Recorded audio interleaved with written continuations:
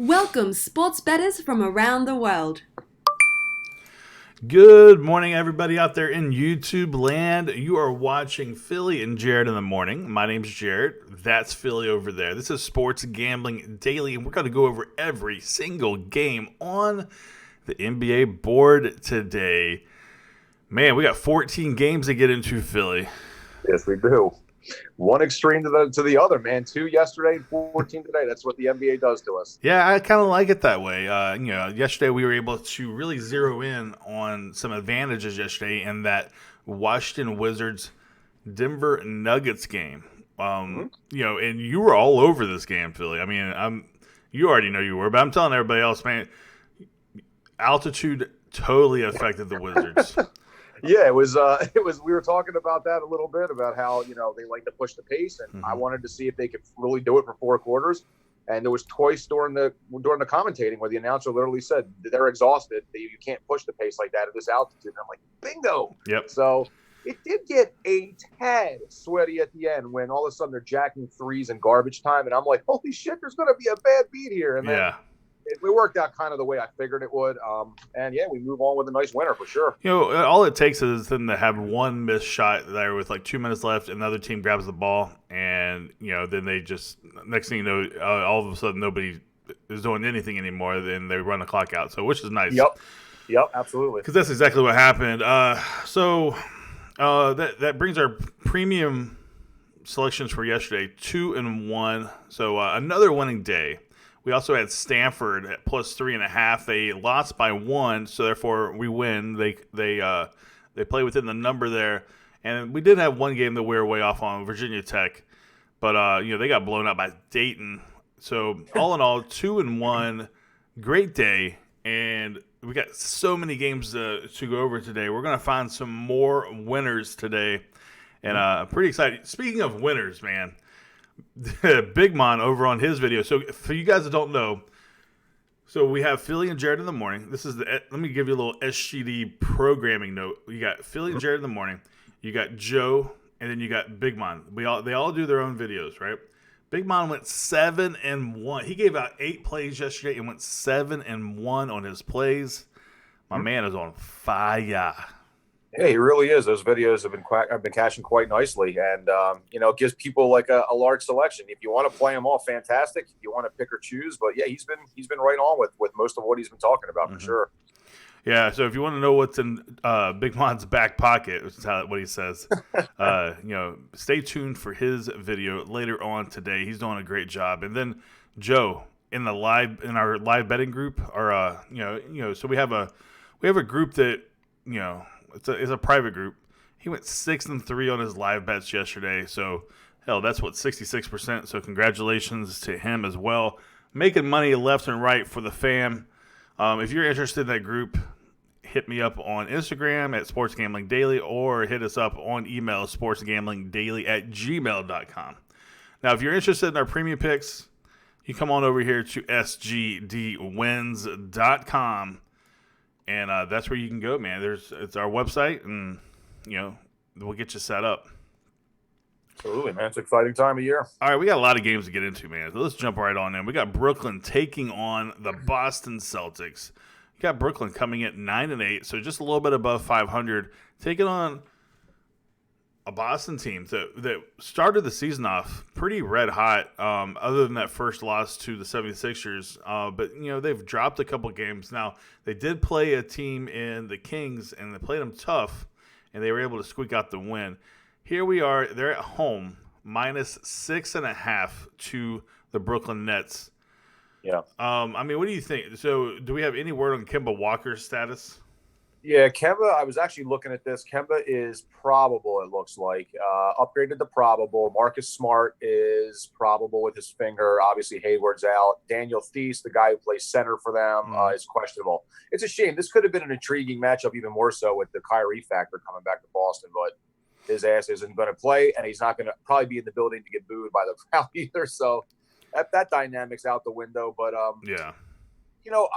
Brooklyn's been playing, in my opinion, better without Kyrie. And they showed this crazy stat over like the last handful of years on like the 3 different teams he's been with, how well his team has actually been without him. And I don't have the numbers right in front of me. I kind of wish I did, but it was kind of eye-opening.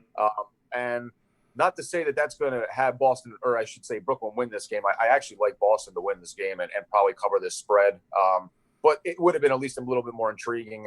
And a couple of trends that I've noticed that was interesting is the total has gone under in the last 6 Boston games, and they're 12-3 straight up in their last 15. So they're playing some really good basketball right now. Yeah, for sure.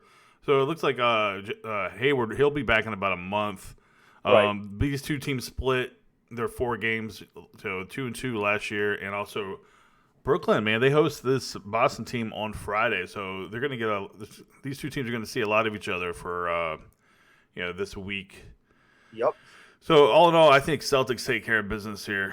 Versus, I think they cover that number. What do you think? Yeah, I agree, and I don't know that the number gets any better. Honestly, I think if you're going to take it, you're going to want to take it as early as you can. Yeah, I don't know if it's going to go up to 8 or anything, but I could see it moving to 7 for sure. Mm-hmm. Yep. All right, moving on to the Pistons taking on the Charlotte Hornets. Now, I think the Pistons have been playing a little bit better lately. They are. Hornets, I feel like they're kind of in a regression mode similar to the Suns. Here we got Charlotte at home +4 versus the Pistons team. Man, I mean, so this is interesting. I think that Detroit should come in here on the road and cover the spread. That's what I'm thinking. But, their record on the road is 1-8. So, I mean, I don't know. What do you think? Well, outside of it looks like Reggie Jackson being out again, it looks like mostly everybody's playing. I wanted to see for sure if Blake was going to play. I mean, I know he's been on a little bit of a minutes restriction, just getting back into the swing of things. But, yeah, I think some of this line and some of what you're seeing here is just a product of overall how they've played the whole season so far. But they have been playing a little bit better. They had a nice win the other night where they really took it, pretty much wire to wire. And, Charlotte, we said they're not a great team. If they're hitting their threes, they can be competitive. They play spunky and they're gritty and they give good effort. But it's only 2 baskets. I know it's on the road, but I just think between Andre Drummond and Blake Griffin, they're just a little bit too much on the glass. Well, this is a revenge spot. If you remember, just a couple weeks ago, this was the. Oh, that's right. Yeah, this is where was it Monk to hit that last second 3-shot, three-pointer, and I remember how it just seemed how disappointed some of the Pistons were after that went down. So, this could be the little revenge spot here. They're back at the scene of the crime. Yeah, and you're only asked to really win by two baskets covers. I mean, by 5 points, and I can see that happening for sure. They're like mid-pack teams in a way, as far as rankings are concerned. They're offensively 21st for Pistons and 26th for Charlotte, and defense 14th and 21st. It looks like Charlotte is 0-5 in their last 5, and I think Detroit's 2-3. But I would take Detroit in this situation for sure, and I'd lay the 2. Yeah, same here. Well, the 2 baskets, I should say. Let me be clear 2 baskets, total 4 points. All right, Orlando, man, this is another bad team taking on Cleveland. Now, I mean, here's the thing: Orlando has not won a game on the road yet. And they're traveling to Cleveland. So if they were going to win a game, this could be the game, Philly. Cleveland at home -1.5. I mean, Cleveland should never really be a favorite to anybody if you think about it. So there could be a little bit of value here, but it's not a lot. I think probably the more value is maybe possibly the over. The total is 203.5. I think they can get there. Right now, you got 63% of the money on Cleveland. Yeah, that might have something to do with the fact that Vucevic and Gordon aren't playing again, which certainly is 2/5 of their starting lineup and a lot of their scoring situation. But I don't know, it gives a chance for some of the other guys to step up and play. And like you said, Kevin Love or Cleveland, for example, is not very good, and Kevin Love is questionable now. If he plays, okay, maybe that certainly helps the situation, but. I just think Orlando is it's the better team, maybe barely, and because of that, I would probably lean Orlando. in this spot. But yeah, like you said, the over might be an interesting spot because really in today's basketball, that's kind of a low total. Yeah. It looks like I'm sorry, I didn't mean to cut you off. I was going to say the under is they went under in 7 of the Cleveland's last 10 games, so that kind of is the opposite of what we say too. Yeah, but it just seems like it's such a low total though. But I guess don't buy into it either. I mean, just because it's 203, I mean, both these teams are not very prolific at scoring. However, I mean, Osman, he connected on 6 of 8 shots versus Brooklyn. He scored 15. Now, Colin Sexton, he had a pretty awful shooting night, 7 for 22, but he still scored 18 points. So this team is scoring. Tristan Thompson had 16 points on 8 of 11 shooting. So that was on opening night. And they actually played Orlando opening night and lost to Orlando 94-85. So there's a little bit of that. I personally think this game goes over. So give me the over and probably the Magic to cover or to upset Cleveland. Yeah, man, they're getting 1.5, which is even. I don't know if that's bizarre, but I mean, I could even see it if the line was the other way, frankly. Exactly. All right, the Jazz taking on the Pacers. Pacers are laying 1.5. I mean, I don't know, man. I kind of like this line here for the Jazz, but a lot of money's coming in on the Pacers already. Yeah, I saw that. 67%. Yep, I noticed that. Yeah, I mean, at first I looked at that and went, why the hell is that line the way that it is? But, outside of Oladipo, the Pacers are pretty healthy now. They have been playing a lot better, and I expect them to be a pretty good team, honestly. And the Jazz, I don't know, man. I mean, their record's decent, and, it's not like they're playing bad or anything like that, but I just feel like, they struggled versus the Bucks. What's that? They did struggle versus the Bucks. They did struggle versus the Bucks. And what's funny is like I really expected Mike Conley to come there and really help propel them, and he's been struggling a little bit there, man. And there's been games I've watched where he looks like he's lost, and it's really weird because he was so good in Memphis. Right. But you know what? Initially, man, I would say to you, I look at that line and go, that's Jazz, but that makes me sort of want to look the other way a little bit. And I'm leaning early Indiana. I'm going to dive a little deeper into this. I need to figure out why it's only like a 1-point spread. But well, is Rudy playing? Because I know they sat him out versus Milwaukee. Right. It just says questionable. It does not say he's out. I mean, obviously that makes a difference, certainly. But even if he does play, I mean, if he doesn't play, even more so. But even if he does play, I mean, I still like Indiana's just playing a lot better. Sabonis is playing well, and they have some nice pieces, and they're gritty. They play D. Miles Turner, he's been blocking shots left and right. He's averaging 3.8 in 4 games while returning from that ankle injury. A little back there. Now, Indiana swept both games last year.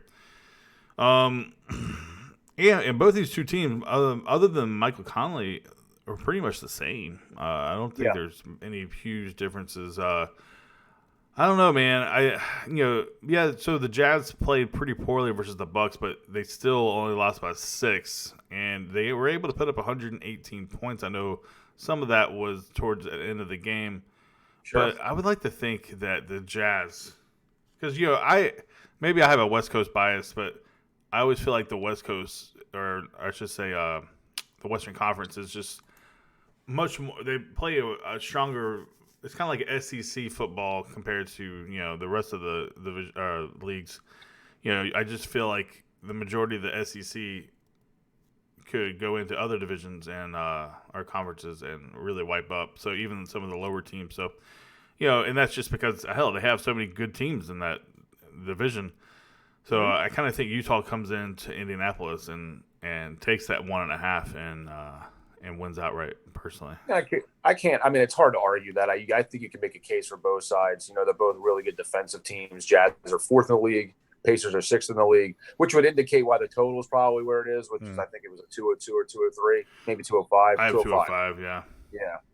So it should be an interesting game. It should be a nice defensive battle.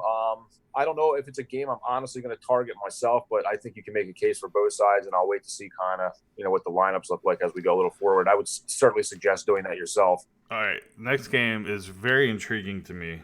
You got this 76ers, your team, that struggled versus the Toronto Raptors. And, we all know Joel Embiid, well documented, 0 points, 0 for 11.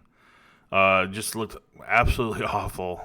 You had some really bad play on, the other guys. Josh Richardson struggled a little bit, even though he had a good scoring night. Yeah.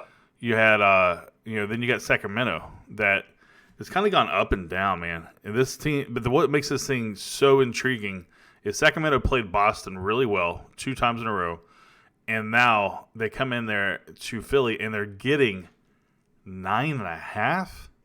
Yeah. 9.5. That's a lot of points for a team that can score.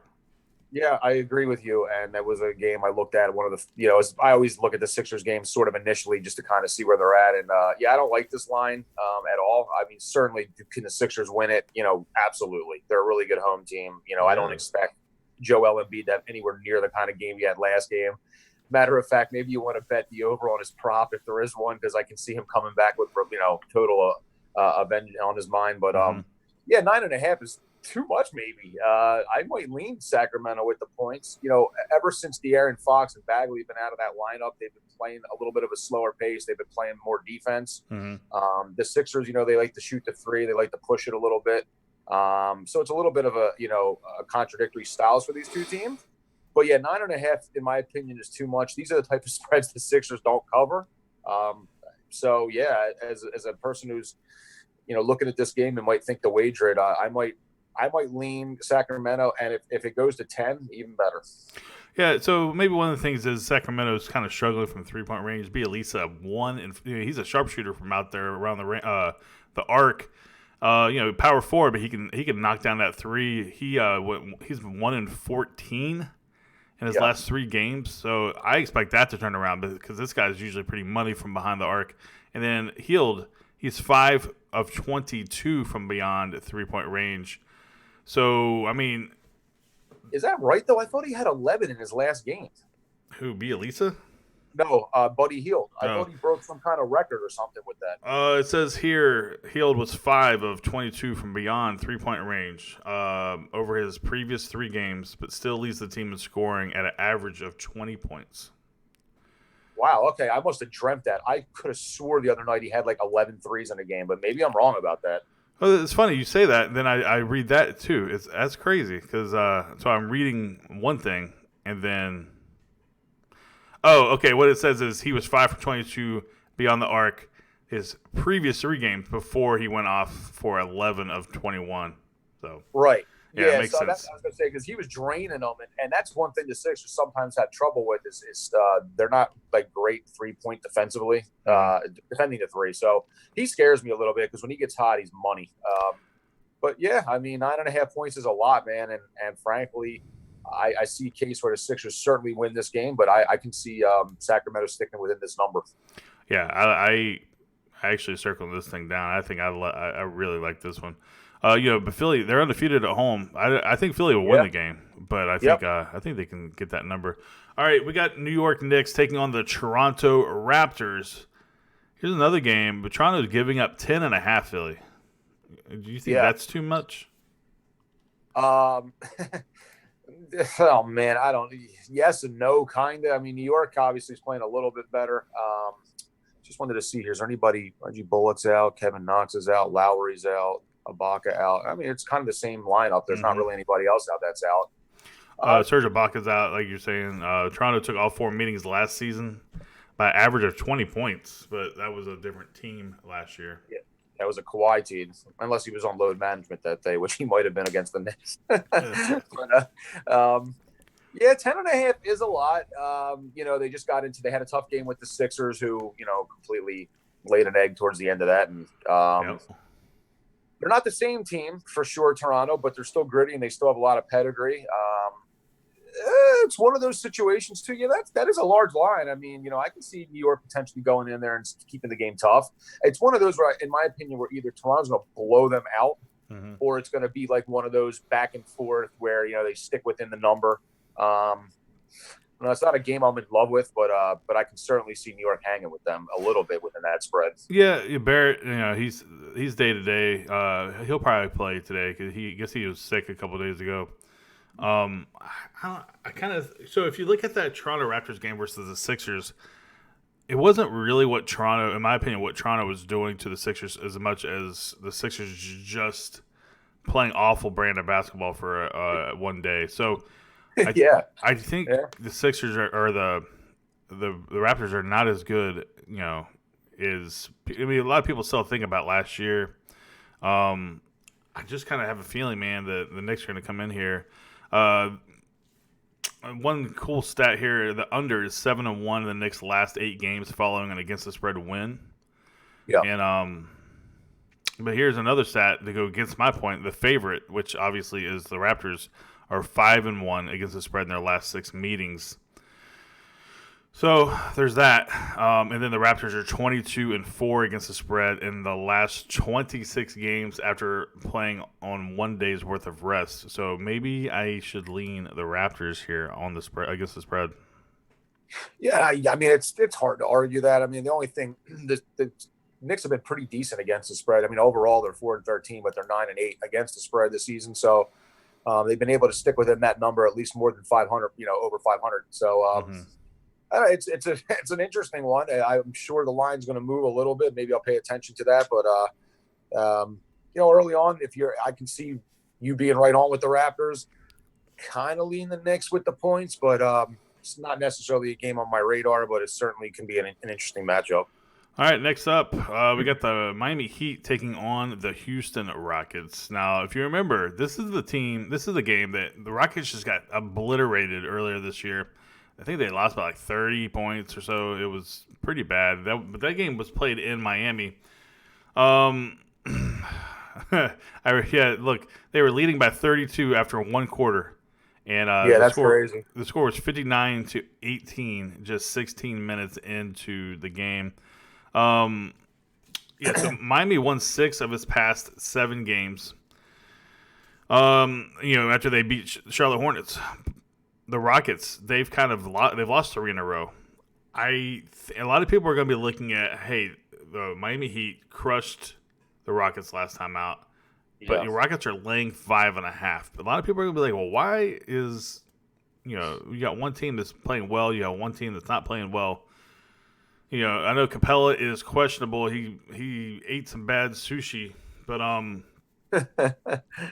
if Capella's not playing, then you got to take the Rocket or you got to take the Heat. But I think if Capella plays, which I'm sure he will, I kind of like the Rockets here laying the 5.5. I'm serious, man. It's kind of a lot of people will probably don't feel that way, but this is the kind of spot that you look at everything, and for people that don't do a lot of research into these games, and this is the kind of spot that that'll bite you.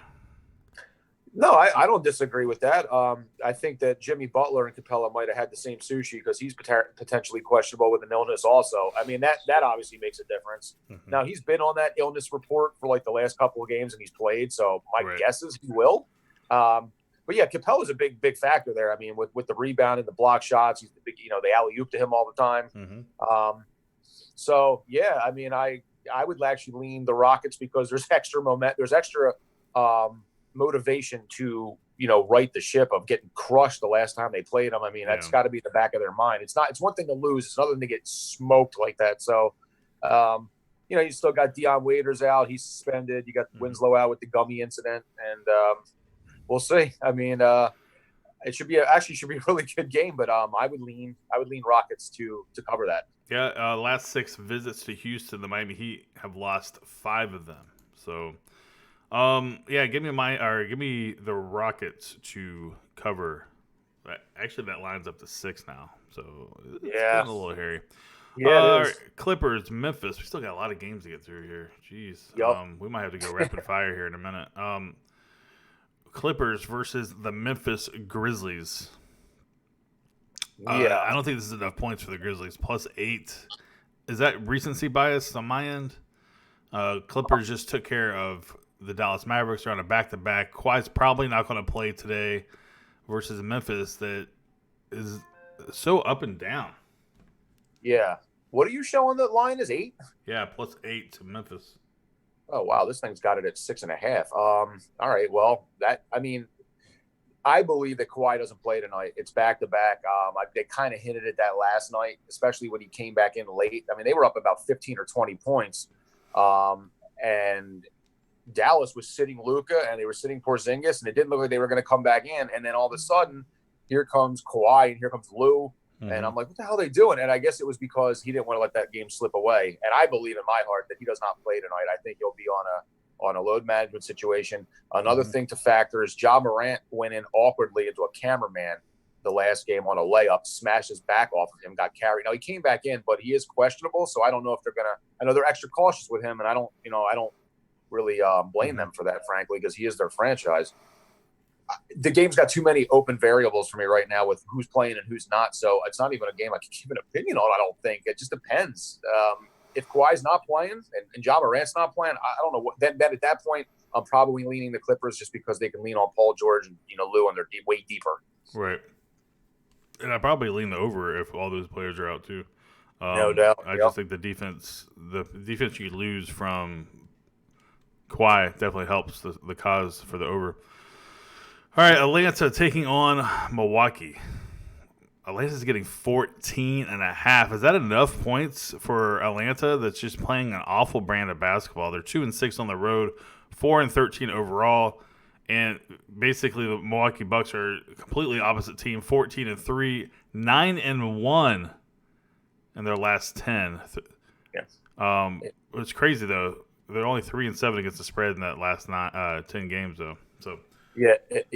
I mean, it is a large spread. There's no question about that. But they continuously get these spreads. I mean, I don't see any way that Atlanta can beat this team. But I could also envision a situation where there could even be a backdoor cover situation, or they do play within the number. It's a large spread. I mean, sometimes Milwaukee gets out and blows them out. Naturally, there's a little bit. The foot comes off the gas a little bit. There's a little bit of a momentum swing, or just a little bit of let down, and a team all of a sudden gets inside of that. Might be a nice live betting situation as well. Looking at the injuries, Middleton's upgraded to probable, so that certainly helps the situation. George Hill's questionable. John Collins is out, and Herter's out for Atlanta. And that's why one of the main reasons why Atlanta is just struggling lately. Yep. I think this could be just like the Jazz, man, where the Jazz, were getting beat up pretty bad, and then they come in and cover it the last couple of minutes of the game. Yep. That's kind of how I envision this maybe going. Is Milwaukee wins by a dozen, and then they just don't cover. Yep, for sure. All right, let's move on to Minnesota, San Antonio, Philly. This is the game that we have our contest on. If you can guess the exact score of Minnesota versus the San Antonio Spurs. Let me flash the rules up here. That's not the rules. That's the yesterday's rules here. While I'm talking, why don't you go ahead and explain to them what they're doing while I pull up the new rules. Yeah, so for the game we chose Minnesota, San Antonio. If you're able to basically predict the score before the game starts, we will give you 1 week of our premium card for absolutely free. That's really about as simple as it gets. Just guess the exact score. Make sure it's on there before game time, and you're not entering more than once. And if God forbid you have to edit it because you screwed up, you might as well just delete it and repost it because you can't tell if it's timestamped or when you did it or any of that kind of stuff. So that's pretty much about it. But we haven't had a winner yet, and hopefully we get one today because it'd be cool to see that happen. All right, as he's talking, I'm really messing up there, but you're watching all these girls just fly over the screen, and here are the rules, guys. Boom. So, yikes. All right, gonna have to fire the producer here. All right, yeah. So let's talk about this game. We got Minnesota taking on San Antonio. San Antonio minus 2.5, man, and they've been playing like shit. Yeah, all year long, man. Yeah, they do. I can't deny that. They against the spread at home, they're 1-8. They're 4-5 overall at home. Minnesota, let's see here, they're 6-2 on the road and 6-2 against the spread. Man, jeez. I don't want to fall into a trap, but man, I just don't see a spot where Minnesota doesn't cover it. But 60% of the money is on San Antonio. Yeah, so they're similarly ranked defensively, 24th for Minnesota, 25th for San Antonio. Offensively, Minnesota's 7th, and offensively, San Antonio is 12th. So they're kind of like according to the numbers, they're comparable teams. But frankly, you're right. San Antonio hasn't been playing well. Just look at kind of the eye test. I think Minnesota's been playing a lot better. Karl Anthony Towns, Andrew Wiggins, they've been playing at a pretty elite level status. And, they just annihilated. It was early on. The game was close with Atlanta, but they ended up blowing out Atlanta, Minnesota, and the last game. I get a situation here where they take care of business. I think Minnesota wins this game, and I think that they stay within that number for sure. Yeah. All right, guys. We're gonna rapid fire these next 4 games. So this video isn't an hour long, but real quick, I want to say if you want our premium selections, this is what Philly and I do. Joe does this. Big Mon does this. We break down this card and we figure out what our best bets are, and we will give them to you guys for come on over to sgdwins.com. Also, if you're interested in that private group, hit me up on email, hit us up on Instagram. And all right, let's talk about these last 4 games. You got Washington versus Phoenix. Phoenix -8. So you're giving Washington +8 on the road versus a team that is not as good defensively as the team they just played. Right. Yeah, they might be worn out because they were up there in Denver. Yeah. I'm looking at right. Wow. I'm looking at this game. I like the Wizards off the jump here.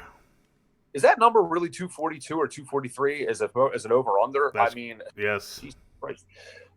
My initial reaction to that is maybe an under, only because you had Washington, who just played an exhausting match in the altitude, and they were exhausted, man. And then they had to fly to Phoenix and play again. That's a lot of points.